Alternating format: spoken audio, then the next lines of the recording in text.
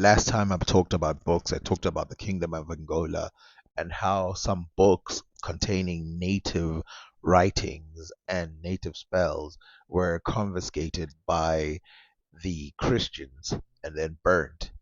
But what about the Mozambican areas? Because the Portuguese also landed there. You would expect that in Mozambique there would be no books, right? Because this is very early in its history. In fact, it predates that Angola time because this is pre Angola. This is the time of Vasco da Gama.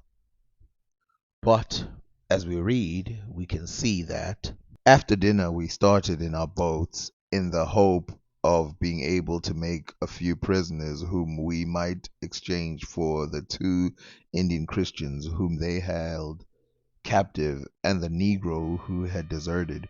With this object in view, we chased the Armada, which belonged to the Sharif and was laden with his chattels, and another in which were four Negroes. The latter was captured by Paulo de Gama, whilst the one laden with chattels was abandoned by the crew.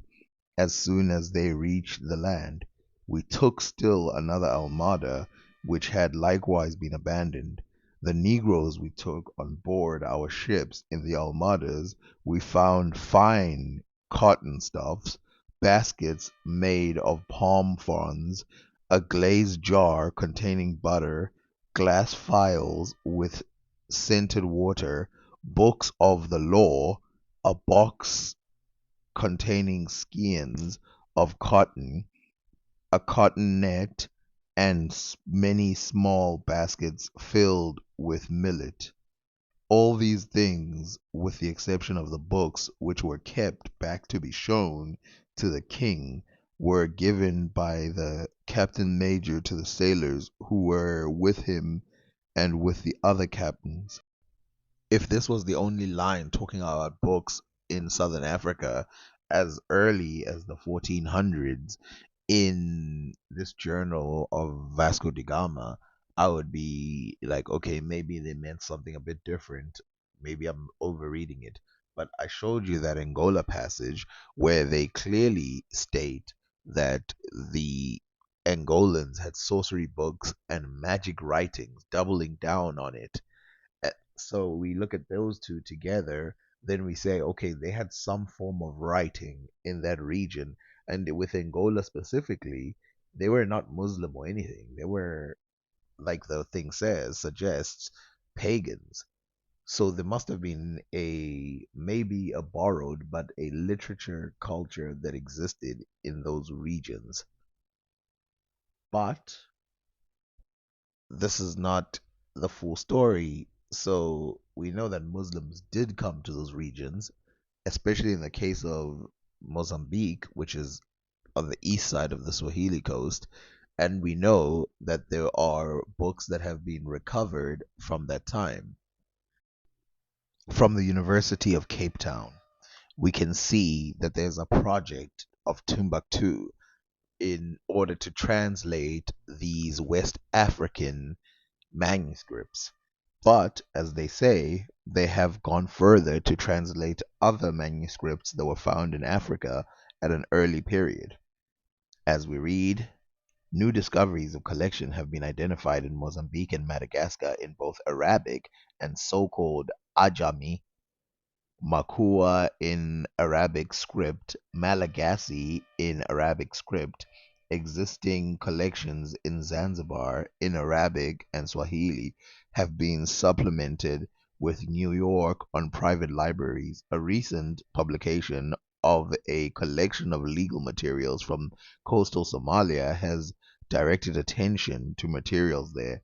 In Ethiopia, there is a long standing tradition of Coptic Christian writing in Amharic, and research on Amharic books arts is necessary. There also texts written in both Arabic and Amharic. In Addis Ababa archives, the list of examples goes on and covers many parts of the continent. This is a genealogy chart showing the genealogy of Muhammad Isha bin Mubarak bin Muhammad bin Umar. but this is actually later in the history of Mozambique.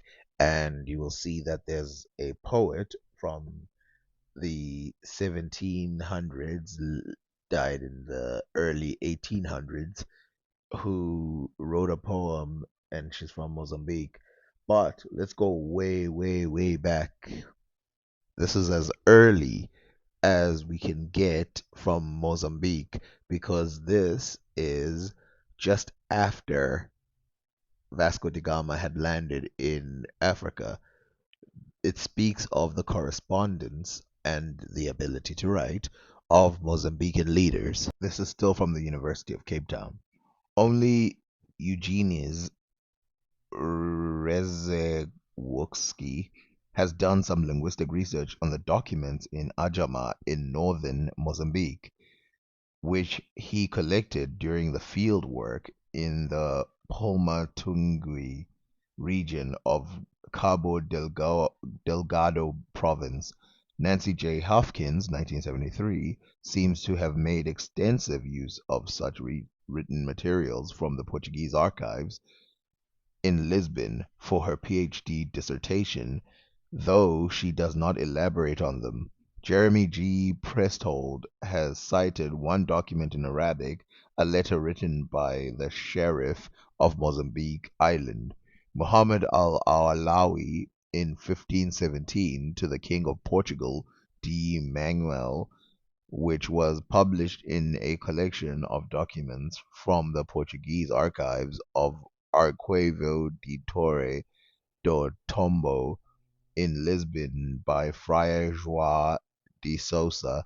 And finally, Eliazet J.K. Bonnet has explored some of the Arabic scripts manuscripts at the Mozambican Historical Archives in Maputo with the assistance of Sheikh Abu Dale. The contribution made by Sheikh Abu Dale was considerable both to these initial explorations as well as for the pilot study because of his fluency in Kimwani, Emakua, Chimonde, Chimakwe.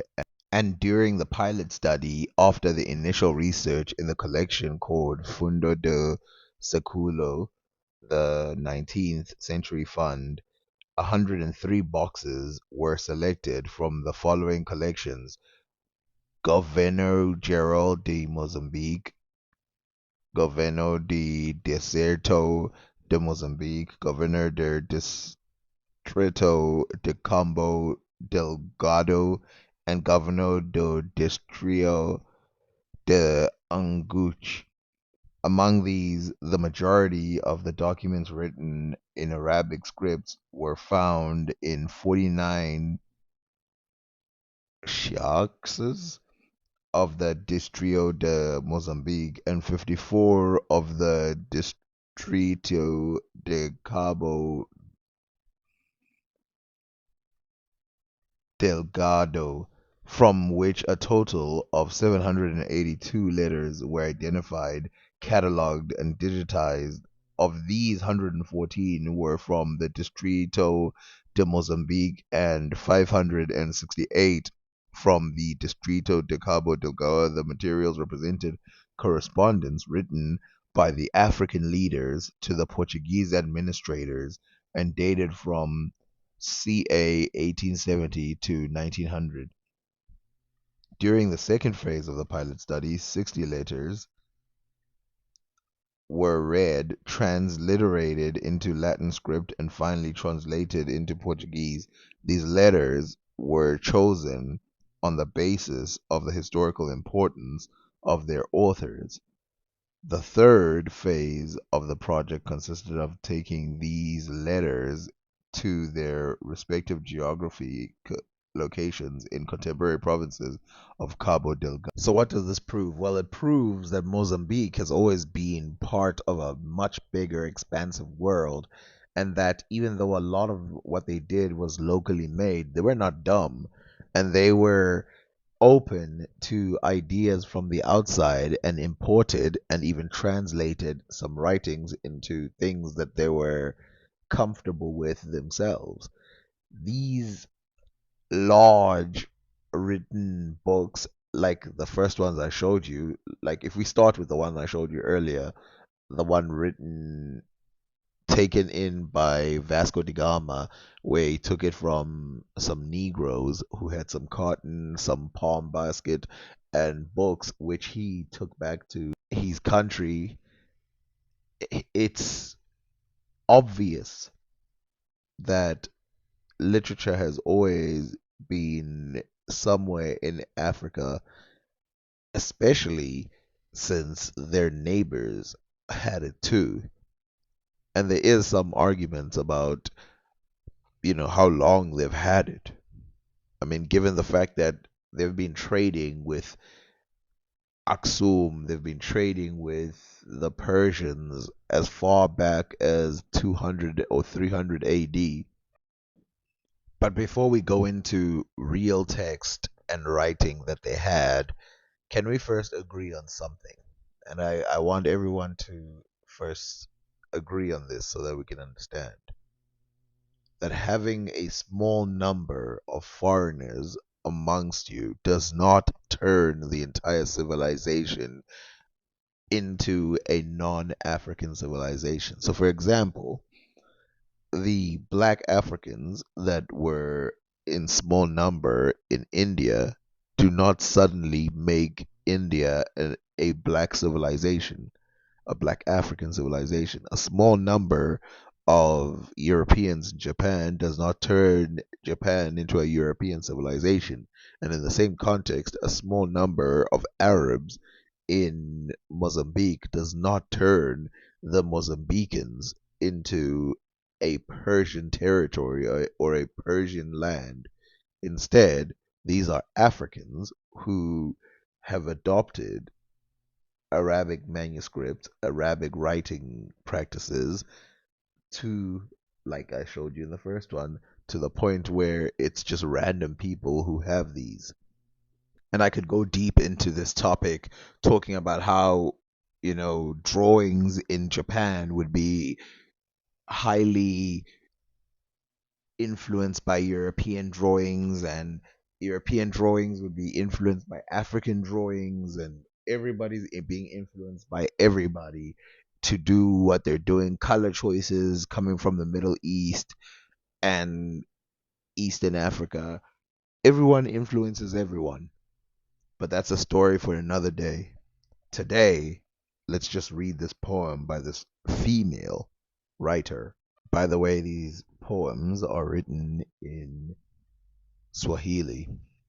Utendi wa Mwana Kupona, the advice of Mwana Kupona. Attend to me, my daughter, me, unworthy of God's award. Let you heed my last instructions. Be it hoped that you follow him. Sickness has seized upon me. It has now lasted a whole year. As yet I have not had chance to utter a word of good advice to you. Come forward and seat yourself with ink and paper. I have matters at heart that I have longed to tell you. Now that you have come near, write in the name of God. Let you name him and the beloved together with his companions. Now, this poem goes on for a long time, and I would rather link it than read the entire thing. But what's interesting for me is seeing words that I thought were modern inventions or things like that that exist in Zulu and Kinyarwanda. So words that exist in completely other languages, and to find this written down long time ago, which by the way, there's still those other writings that go back way back, which I need to find, so that we can piece together which words came at one time. And you must remember, by this time, the Swahili people had not made it to Southern Africa, and so there's no influence from directly. It would have to be an inherited word. So, for example, I look here, it says Mwana Adamu Sikitu. A son of Adam is naught. Now, mwana is mdwana. I can recognize that word. Na ulimwengu si wetu, and the world is not ours. Wetu is ours. Definitely, we say yetu.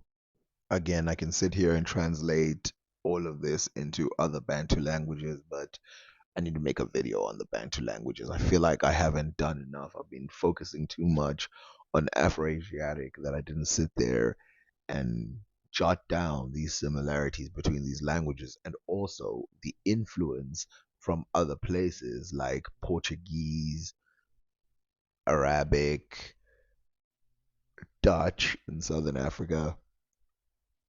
In Central Africa, you've got French, and then perhaps even in places like Chad, there are remnants of Bantu languages.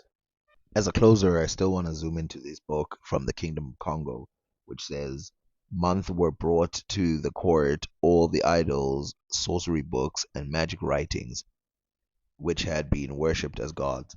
Now, I want to say something, which is these books, what was written inside, what was really going on. We know it has to do with magic since they called them sorcery books, which, by the way, we can't always trust because that's what they said about all the American books, which they burned as well, by the way. The Catholics burnt as well. I remember someone in the comment wrote, "What is the name of the book that I cited?" It's first of all, it's not one book. It's written books and writings, and then secondly, they burned them. They destroyed them. I can't tell you. Speaking of burning things, remember this passage that I read before of the Mandela who were basically trying to kill this European because he was carrying around a book. You see there it says, Our people saw you yesterday make marks on some taratara paper. So taratara is paper to these people, but these guys are in the dark continent that was never visited by anybody. They're in what today is known as the Democratic Republic of Congo. And then they said, We have gathered today to fight you if you don't burn that taratara now before our eyes. If you burn it, we go away and shall be friends as heretofore. And you see here it says, instead of burning it, he switched the book with another book of William Shakespeare. And then he says, Is this the taratara, friends, that you wish to burn? And they said, and he said, Yes. And they said, Yes, that is the taratara I want to burn. And says, Well, take it and burn it or keep it. And then, of course, they burnt it, but it turns out it wasn't the book that they wanted.